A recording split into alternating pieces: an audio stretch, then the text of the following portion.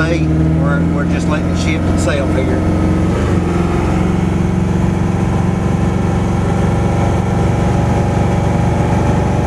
One of Mount Carmel's finest just went by, so we won't get on it hard. There's our dealership. At about 65 miles an hour is what you can run at 3,000 RPMs on the interstate. It's got a 3,000 converter in it. And as you can see by the tach right here, we're right on 2,800 RPMs. We're doing speed limit.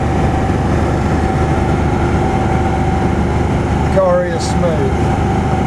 No shakes, no vibrations, no nothing out of the ordinary.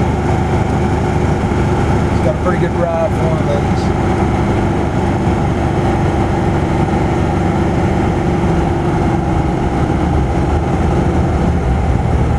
What we're going to do is get turned around down here. We're facing up the other way.